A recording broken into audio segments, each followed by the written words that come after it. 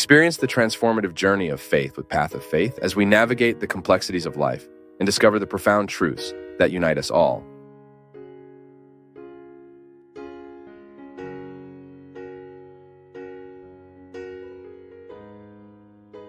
It's a passage from St. Paul to the Corinthians where St. Paul safeguards, drawing attention to the need we have to care for the treasure that is faith. He says, "But we have this treasure in jars of clay to show that this all-surpassing power is from God and not from us. We are hard-pressed on every side, but not crushed, perplexed, but not in despair, persecuted, but not abandoned, struck down, but not destroyed. We always carry around in our body the death of Jesus, so that the life of Jesus may also be revealed in our body. For we who are alive are always being given over to death for Jesus' sake, so that his life may also be revealed in our mortal body. So then, death is at work in us, but life is at work in you." This treasure we carry is in jars of clay. When we speak here initially that our faith doesn't always have the maturity to understand this partnership between God and humanity, or even to realize that in this partnership, the primacy is always of divine grace. St. Augustine said that we are not capable of doing good unless good had first been given to us. So you see, what I do because God has already done it in me. God only asks for what he's already given us. Look at how interesting this is. If he asked me to love, it's because he has already given me love before. If he asked me to be good, it's because he has already given me goodness before. It's the corroboration of this word, I cannot be by myself. It is always God who sustains me, who helps me. And that's why I need to identify in the daily life of my life, how can I live this partnership without pretending to be his advisor, to keep telling him, because the advisor's like that. I know because I have an advisor in my daily life, and I know how it works. Sometimes I'm there, ready to receive so-and-so, the advisor comes, his name, blah, blah, blah, so that I can greet so-and-so when he arrives, already with the information. So it's that quick information. I'm in the van, and the girl is already talking. "Father, the event is such, talking about such and such who will receive us. It's Bishop so-and-so, I don't know what, blah, blah, blah. The priest will be there, this and that, so that I know who the people are." Sometimes we want to do the same thing with God. We think we're his advisor, that we're going to tell him all the news of the world. It's like that prayer we sometimes see out there, isn't it?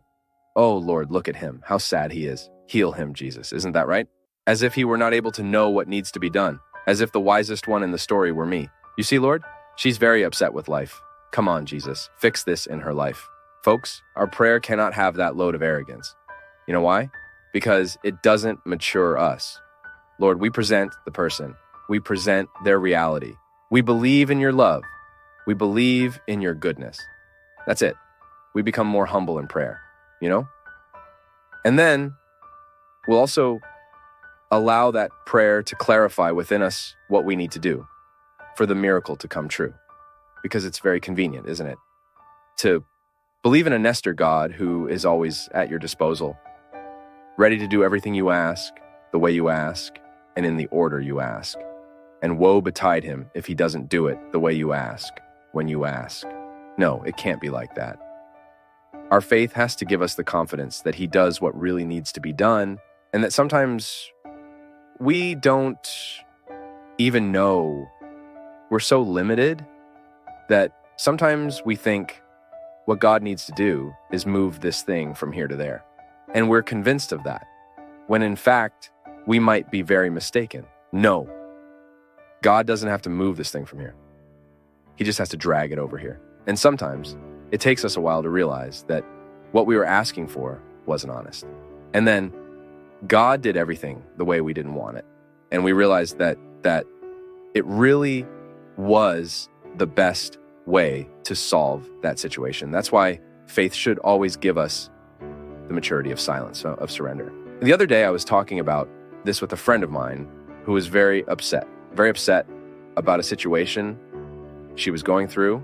And I noticed this anxiety due to the excess of requests, the excess of pleas, and of course, I respected it. I'm not in her. I'm not feeling the pain she feels. I'm not experiencing the despair she experiences. Oh, but if my opinion is asked, I don't miss the opportunity. Don't you think you should withdraw more, ask less? You've already asked. You know so closely the mercy of God. Why doubt it now? Because if I ask too much for the same thing, it's as if I were showing it to myself, not to him, folks. Prayer. We need to scale. It's what it does to us. If I ask too much for the same thing, I can generate within me a silent disbelief, or then a belief that God only answers when we insist. Insistence is not to change what he thinks. Insistence must be if it exists. And then we have to change the words. We have to stop asking him. We have to ask for ourselves. It's for our nature to be enlightened by ours, so that we can identify what needs to be transformed in us. Because if I insist too much on asking God to do this, to do that, every day I ask the same thing. Every day I ask the same thing. I'm considering that he is not capable of keeping in his heart what I have already surrendered. I wish that in your struggles, you always have the right and the possibility to withdraw your excesses so that you can have before your eyes your fundamental truth, without exaggeration, just you. And from that, you rediscover the path of life. Thank you for your kindness, for your attention, and may God bless you greatly. May God pour out on your heart, on your home, on your life, the disposition that characterized the heart of Our Lady, so that in her example, we too can be true Christians, always carrying Jesus in our arms to present him to those who do not yet know him. If something is bothering me, the first thing, what can I do to reduce this concern? Is there something concrete I can do? So, you have a pain, a betrayal. Have you already gone to the trader to return his garbage? Do you have something stuck, something you need to resolve within your heart, throw away, through words, a cry, I don't know, some action of yours that can diminish this feeling of discomfort? We need to do it. It's the same with concern. When something worries me and I discover in that concern what I can do to diminish the effect of that concern on my life, and I do it, then I start to solve, I start to open the doors for that past to start to pass. Because otherwise we'll dam up the experience that wasn't worth it. We'll hold within us the event, the happening that hurt us, that injured us, and then we'll live a continuous process of injuries and wounds. Because the memory, the resentment, the bitterness, they only provoke new wounds within us. I've never seen anyone healed by holding on to resentment. What is resentment? To resent. It's feeling several times. It's as if you took a razor blade and kept passing it over the same spot on your skin. It will never heal, and the cut gets worse. Because you keep damaging the skin, keep damaging, keep damaging, keep damaging, keep damaging. You're losing the opportunity to live the healing. Isn't that so? Have you noticed that when it starts to heal, it gets a little itchy? Isn't that so? Healing causes an itching sensation, right? It's the same inside us. You can observe there are many effective situations that sometimes we are starting to recover from them. Then you have that feeling every now and then of wanting to pick at the scabs of healing. Hold that there. Manage to keep your hatreds under control. Manage to keep your resentments under control. Manage to keep your needs under control. And then you start to experience the liberation process from the negative consequences that that fact has caused you. That's life. Everyone gets hurt. I can't create a dome for myself. You can't create one for you. So every now and then people will hurt us with words. People will hurt us with actions. Now, you can't allow the word that hurts and the action that hurts to cause wounds in your being and to last longer than they should. It reached your being. It went deep into your life. It went deep into your heart. Start finding a way to heal that. Because once you have a wound in your being, you run the risk of infecting everything. In affections, that's how it works, right? Sometimes something comes, hurts our heart, we lose the disposition for everything. Lose the disposition for studies, lose the disposition for work. Why? This has an impact. It affects us. Now, the time it will take for what affects you needs to be managed by you. After all, it's your being at stake, right? And suddenly you start doing everything wrong because your being is hurt. So there's always a little wound there in your being that needs to be cared for. My people, this is an exercise for every day. You see? Living the experience of being with Jesus is managing within us all these healings that we need to experience so that we become like Jesus. I want to be like him, but to be like him, I need to heal many things that are wrong in my being. I need every now and then to visit my past, to understand the present. Why am I sometimes arrogant?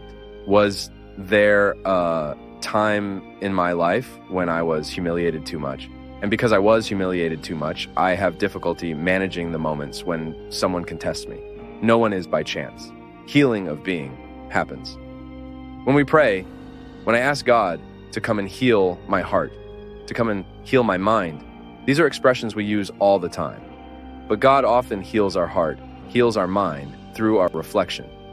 When you start to put your disordered feelings in order, when you start to regain the harmony that life and events sometimes take away. And that's what I wish for you. That in today's day of your life, of your story, you are committed to healing the wounds of your being. If they hurt you, don't take that with you. Just take it as a lesson for you not to do it to others. But don't let it turn into bitterness, sadness. To be creative, it has to exert within us the movement of overcoming. So, why am I sad? Why am I hurt, upset? I observe that moment. I live that moment as a purpose of overcoming. Because if I don't overcome, I run the risk of turning it into bitterness. And bitterness doesn't do the heart good. A bitter heart can't perceive life. A bitter heart remains focused on the same things. When we focus on the same things, when we don't broaden our view, we run the risk of making our life experience unhappy.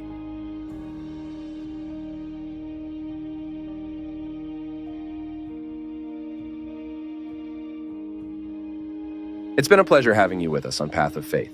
We value your feedback, so please share your thoughts in the comments, give us a thumbs up, share this video with others, and hit the subscribe button to stay connected with us.